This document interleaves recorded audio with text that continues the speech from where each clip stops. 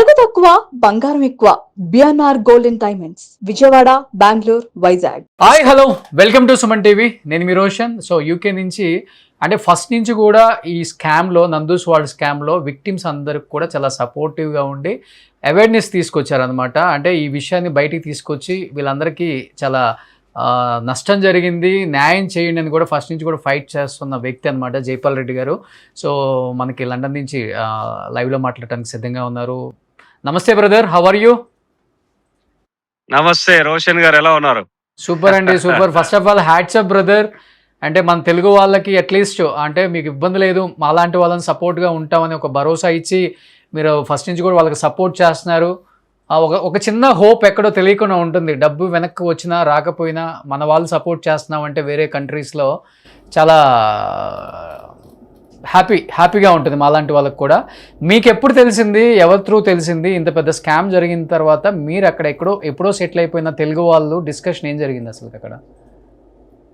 So నాకు తెలవడం వచ్చేసి నేను యాక్చువల్గా వీళ్ళని ఎప్పటి నుంచో ఫాలో అవుతున్నాను bro. I'm a big fan. So నాకు ఒక 5-6 months బ్యాక్ వచ్చిన వీడియో చూసినప్పుడు నేను సరే ఎవరో నెగిటివ్ క్యాంపెయిన్ చేస్తున్నారు అని అనుకున్నాను. తర్వాత రీసెంట్ గా ఒక 6 weeks బ్యాక్ ఒక మాంచెస్టర్ మ్యారథాన్ రన్ చేయడానికి వెళ్ళినప్పుడు అక్కడ బ్రదర్ కలిసి ఎక్స్ప్లెయిన్ చేశాడు. Is a very honest influencer. So ఆయన చెప్పినప్పుడు నమ్మాల్సి వచ్చింది. సో నేను తర్వాత షోను అనే ఒక అబ్బాయి కాల్ చేశాను, ఎంక్వైరీస్ చేశాను, విక్టిమ్స్ తో మాట్లాడాను. తర్వాత మీరు మాట్లాడినట్టే నేను నందు గారితో కూడా మాట్లాడాను. 40-45 minutes ఫోన్ కాల్ మాట్లాడాను. సేమ్ మీకు చెప్పిందే నాకు కూడా చెప్పింది. ఆ స్టోరీ అతకలేదు. సో తను తర్వాత ఒక 10 వాయిస్ నోట్లు పెట్టింది. ఆ వాయిస్ నోట్లు పెడతా ఉంటే నాకు ఇంకా డౌట్స్ పెరుగుతున్నాయి తప్ప ఎప్పుడు తగ్గలేదన్నమాట. సో అవి evidence, screen shots, bank transfers, chat history అన్ని చూసిన తర్వాత I thought you know what, I need to ask some questions. నేను వాళ్ళ హస్బెండ్ తో మాట్లాడతా అని ఒక 3 times రిక్వెస్ట్ చేశాను. చేస్తే వాళ్ళు తను మాట్లాడనీయకపోతే సో నేను సౌత్ ఆఫ్రికా మ్యారథాన్ రన్ చేయడానికి వెళ్ళొచ్చిన తర్వాత ఒక రోజు సరే ఎట్లయితే అట్లా అయిందని చెప్పేసి ఒక 3 questions అడుగుదామని ఇన్స్టాగ్రామ్ లో అడిగాను. అది కాస్త చాలా వైరల్ అయింది, అందరూ పికప్ చేసుకున్నారు. అక్కడ నుంచి ఇదంతా స్టార్ట్ అయింది. ఓకే. సో ఓవరాల్ గా ముందు రీసెర్చ్ చేశాను కొంచెం. ఓకే. సో జైపాల్ గారు ఓవరాల్ గా ఎంతమంది ఉన్నారు స్టూడెంట్స్ లేకపోతే ఫ్యామిలీస్ కానీ సఫర్ అయిన వాళ్ళు ఇప్పుడు? సో ఇక్కడ తెలుగు వాళ్ళే ఒక 100 మంది పైగా ఉన్నట్టున్నారు బ్రో. మనకి తెలిసిన నెంబర్సే ఒక 70 నుంచి 100 వరకు అయితే కన్ఫర్మ్ గా అనిపిస్తున్నది తెలుగు వాళ్ళు. సో నీకు వీళ్ళు గుజరాత్, పంజాబ్, పాకిస్తాన్, మలేషియా, ఫిలిప్పీన్స్ ఇట్లాంటి వాళ్ళందరినీ కూడా రకరకాలుగా తీసుకున్నారు, చేశారని వింటున్నాను. పాకిస్తాన్ ఆయన ఒక ఆయన ఇంటర్వ్యూ కూడా ఇచ్చాడు. బ్రదర్, ఇంకొకటి మీరు గుర్తుంచుకోవాల్సిన విషయం ఏంటంటే చాలా మంది బయటకు వచ్చి మాట్లాడే వాళ్ళే ఇప్పుడు ఈ వాట్సాప్ గ్రూప్లలో అక్కడ ఇక్కడ 50-60 మంది ఉన్నారు. చాలా మంది సరే పోయింది పోనీ మనకెందుకు అని బయటికి రారు. ఇంకోటి ఇక్కడ చాలా మంది యూకేలో వీసాల మీద ఉంటారు. సో వీసాల మీద ఉన్నప్పుడు వాళ్ళు బయటకు వచ్చి మాట్లాడితే ఏం ప్రాబ్లం అవుతుందో అని బయటికి రారు. ఇన్ని రోజులు కూడా అలాగే నలిగిపోయారు. ఓకే. ఇప్పుడు మీ పార్ట్ 2 వీడియో కూడా ఇంత ముందుకే చూసిన నేను. చూసినప్పుడు తను చెప్తుంది కదా, మేము లీగల్ యాక్షన్ తీసుకున్నాం, లీగల్ యాక్షన్ అని చెప్పేసి. ఇక్కడ లీగల్ యాక్షన్ అనగానే ఎవరైనా భయపడతారు. సో ఇలా బెదిరించారనమాట, లీగల్ యాక్షన్ అని, పోలీసులని, అదని ఇదని బెదిరించారు వీళ్ళని. సో అట్లా ఎవరు మాట్లాడకుండా ఇన్ని రోజులు మేనేజ్ చేసుకుంటా వచ్చారు. లోకల్ సిటిజన్ ఉంది కాబట్టి వాళ్ళకి ఈ లీగల్ యాక్షన్ అనేది అట్లా పడితే అట్లా వాడేశారు. కానీ వీళ్ళకి ఈ రోజు వరకు కూడా లీగల్ అడ్వైజర్ లేడు, ప్రాపర్ లీగల్ అడ్వైజర్ లేడు. అలా ఉంటే ఇలా మాట్లాడే వాళ్ళు కాదు. నాకు లీగల్ ఎక్స్పీరియన్స్ అంటే నేను రీసెంట్ గా ఒక కేసు ఫైట్ చేసిన, సో నాకు కొంచెం ఎక్స్పీరియన్స్ ఉన్నది ఎట్లుంటది అనేది.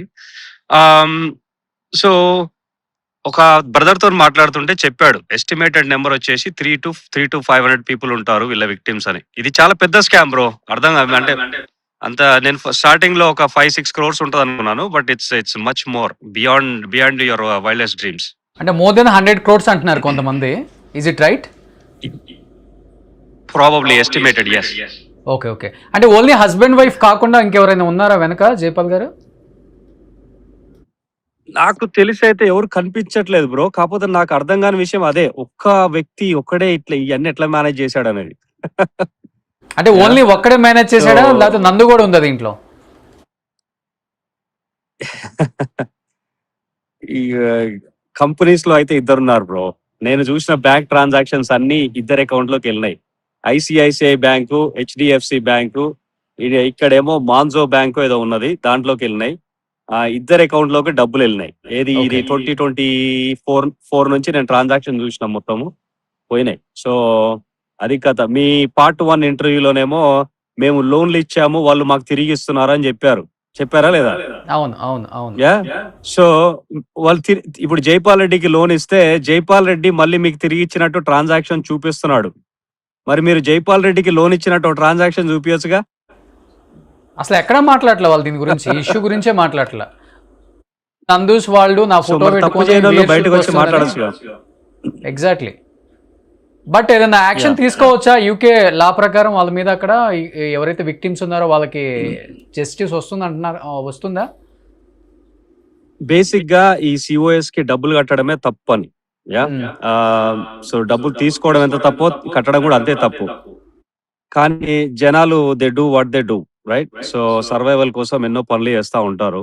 ఆహ్, ఇలా ఈ అవకాశం చూసుకొని వీళ్ళు ఎవరికీ చెప్పలేరనే ఉద్దేశంతోటే వీళ్ళు పిచ్చెక్కిచ్చారనమాట అందరికి. ఓకే. ఈ నెల 2 నెలలైతే వీసా అయిపోయేటోళ్ళని చూసుకొని, వల్నరబుల్ పీపుల్‌ని చూసుకొని మోసం చేసిర్రు. That's the saddest part. Yeah! Okay.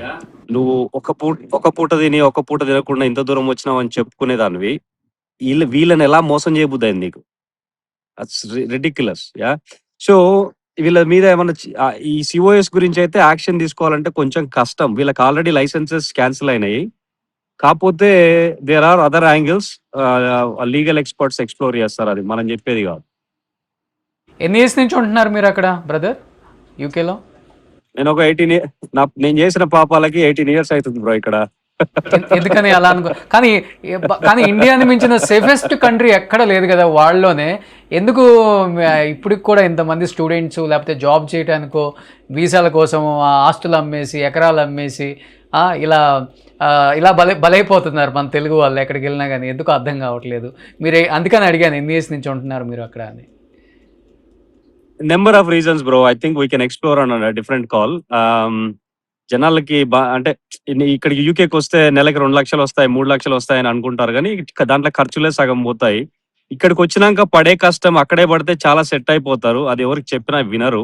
ఇక్కడికి వచ్చినాక మళ్ళీ తిరిగి వెళ్ళలేక, ముఖం చూపించుకోలేక ఇక్కడే ఉండిపోయి ఏదో బాధలు పడతా ఉంటారు.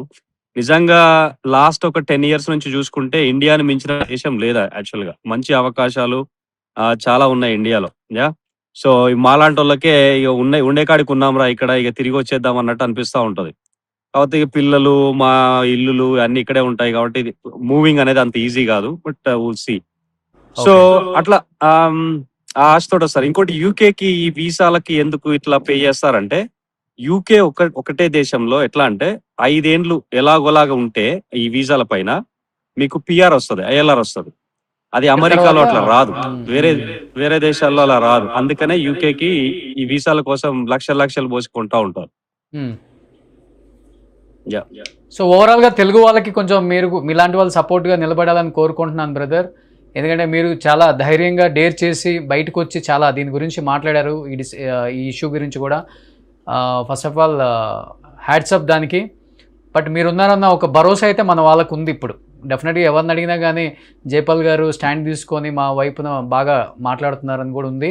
అండ్ ఎస్పెషల్లీ ఇంకొకటి ఏంటంటే మీరు ఆల్రెడీ హస్బెండ్ వైఫ్తో మాట్లాడారు కాబట్టి ఇద్దరిలో అసలు దొంగ ఎవరని తెలుస్తుంది మీకు? సైలెంట్గా ఉన్న వ్యక్తా లేకపోతే నందు గారా? హస్బెండ్ తో మాట్లాడలేదు. యాహ్! మీరు కూడా నెక్స్ట్ టైం ఎవరు మాట్లాడితే హస్బెండ్ తో మాట్లాడండి. యాహ్! ఓకే.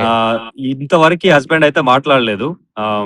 సో, నేను ఎవరు దొంగ అనేది నేను ఇక్కడ చెప్పను. అది చూసే వాళ్ళకందరికీ తెలుస్తానే ఉండొచ్చు. నాకు తెలీదు గానీ హస్బెండ్ తో మాట్లాడండి మీరు. నంది గారితో కాదు, హస్బెండ్ తో మాట్లాడండి మాట్లాడేది ఉంటే.